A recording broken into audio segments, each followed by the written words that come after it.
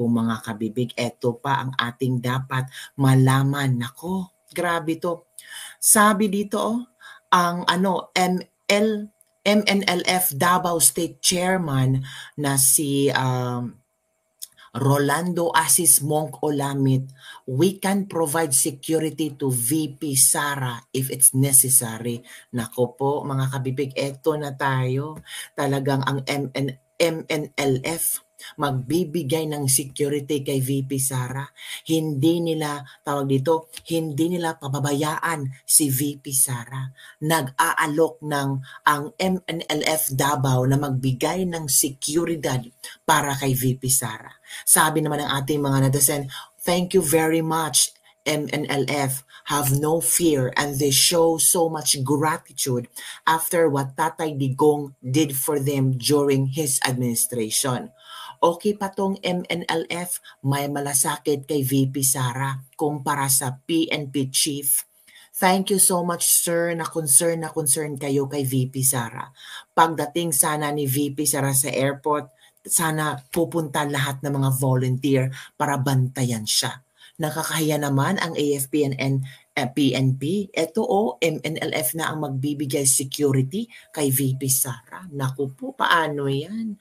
Di ba nakakawindang? Di ba? Yun ano kaya ang maging reaksyon ni PNP, Romel, na kung saan ang MNLF na ang magbibigay ng security kay VP Sara. Di ba? So kung ano ba ang mangyayari kay VP Sara, sino ang mananagot? Naku mga kabibig, sino kayang mananagot mga kabibig sa kung ano mangyayari kay VP Sara? Sino kaya? What do you think?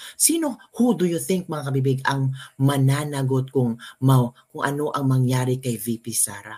Ito ang sabi ni Attorney Harry Roque ha.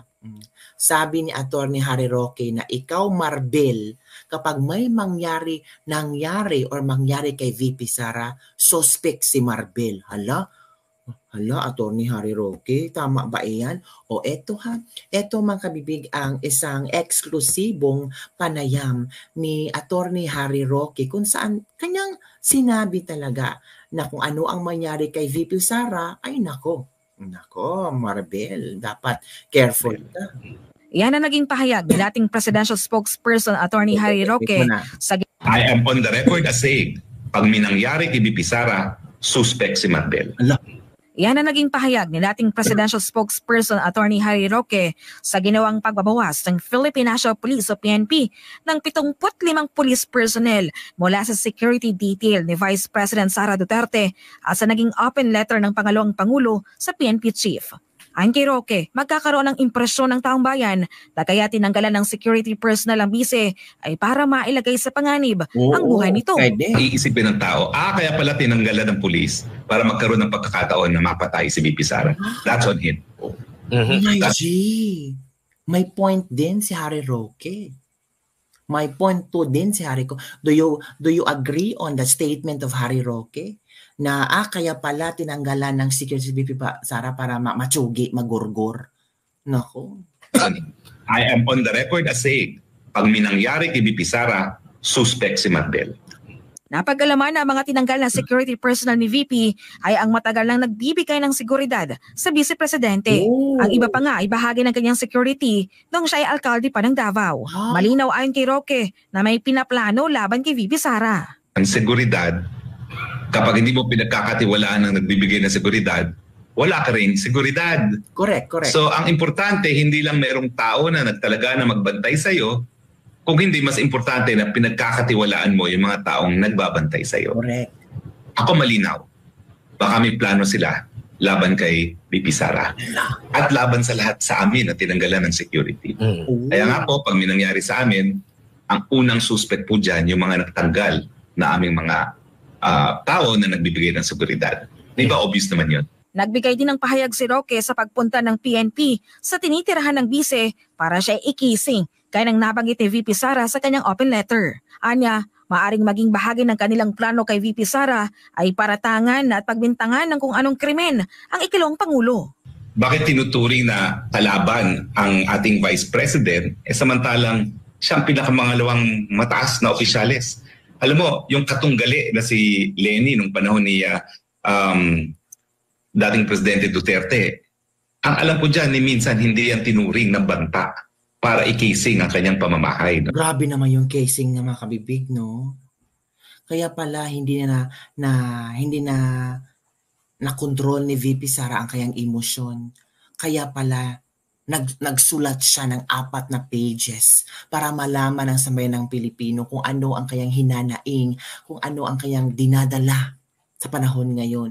Sino bang ina na hindi magwo-worry kapag pamilya, kapag anak, kapag asawa, kapag ina na ang parang pinapahamak niya? Sino bang tanga na hindi maka-feel ng ma-threaten ka, ma-threat ka, the same time parang hinaharas ka ng gobyerno pa? Diba? Okay lang kung external, pero nasa loob, nasa gobyerno, ang nanghaharas sa pamilya mo. And take note, hindi ka nirespeto. Vice President ka. Diba mga bibig? So ngayon talaga, malinaw na baka meron talaga silang mga plano na sa susunod na mga panahon, pagbintangan, bigyan ng paratang na krimen laban kay VP Sara at tuluyan ng arestuhin. At nandyan din siyempre yung usap-usapan na dahil siya ay dinawit ng mga teroristang CPP, NPA doon sa kaso na nakabinbing ngayon kay dating Presidente Rodrigo Roa Duterte sa ICC na mukhang, at lumalabas naman, no, alinsunod dito sa revelation na kinikisig ang bahay niya, mukhang talagang may intensyon na ipakulong sa Hague ang mag-amang Duterte nang sa ganun yung kanilang kandidato para sa presidente na walang pag-asang manalo bilang presidente, magkaroon ng tsansa man lang. So malinaw po yan na talagang political harassment po talaga ang nangyayari. Si Marbil, iwas naman sa media nang hingan ito ng panig hinggil sa naging open letter sa kanya ng vice-presidente. At sa payo nito na laging magsabi ng totoo para hindi magkanda buhol ang mga kwento ng PNP chief. Natatakot na pag nagsalita pa siya, baka upakan siya ni VP Sara. Si Marbil ay minsan na rin sinaway ng The Kingdom of Jesus Christ. Naku, kung upakan siya ni VP Sara. Ano kayang pagmumukha ni Marbil? Kaya nga nag-comment si Senator Amy Marcos tungkol kay Marbil, 'di ba?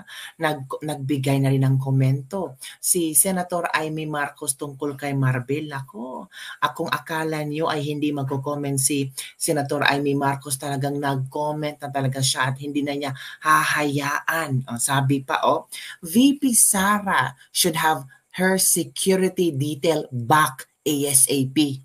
ASAP ha? First, she is the second highest elected official in the country whose safety must never be compromised. Second, she is Duterte, who like her father is a staunch defender of the law and order, hence stopping the CCP-NPA's order of battle. At sino naman yung Romel Marbel? Hindi ko yan kilala. No, ang taray ni Senator Amy Marcos pala kapag didepensa niya si VP Sara. At sino naman yang si Romel Marbel? Hindi ko yan kilala. Ang galing. Grabe. Ang taray ni na Senator Amy Marcos. Go, Senator Amy Marcos. Ipakita mo na rin ang pangil mo kasi marami nang nadismaya sa mga kinikilos mo kasi ang mga tao nag-uobserba na Senator Amy Marcos. Sabi ng iba, hindi ko nabubutuhan si Senator Amy Marcos kasi manggagamit din siya katulad ng kanyang ng kapatid. Nadamay ka sa iyong kapatid Senator Amy Marcos. So paano yan kung tuloy-tuloy na yan ang ma-observe ng mga tao sa iyo? Di ba mga kabibig? So kayo mga kabibig, tama lang ba itong pagpuna ni Senator Amy Marcos sa pagtanggal ng mga security ni VP Sara at talagang she commanded na ibalik ang security ni VP Sara ASAP? Ang tanong, makikinig ba ang kanyang kapatid? Baka dedma lang yan. Baka sabihin ni Bongbong, sino ka ba? Ako presidente, ikaw senador. Or baka mabasa ni F. Elisa Marcos, sabihin na, ano ba yung kapatid mo, Bongbong, ASAP daw.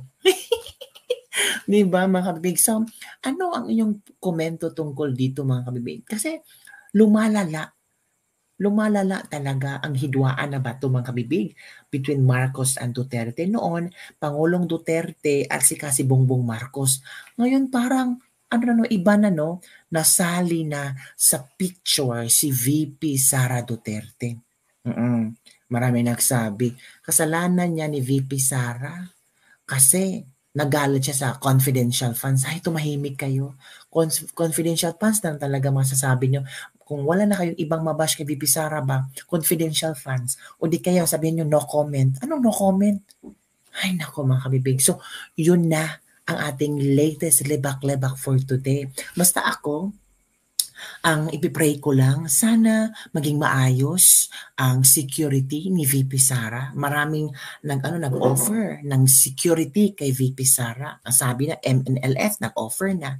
Maraming mga retired PNP and AFP na nagpaabot na ng tulong na maging security ni VP Sara Duterte. Kaya si VP Sara Duterte ay nag-post kanina ng pasasalamat sa mga tao, kina Senator Bongo, Senator Bato, Senator Ben Padilla, nag-post na siya at sa lahat ng mga tao na talagang they are willing to extend their arms, their hand in securing her peace. Diba? So yun lang makabibig ko, ikaw, if given a chance na maging security ni VP Sara, willing mo bang isakripisyo ang oras mo para protektahan ng ating busy presidente? Comment down below. Don't forget to like, subscribe, and share this video. Salamat po sa panonood. See you next time. Goodbye. Bye everyone. Kokak, kokak. See you tomorrow. Bye.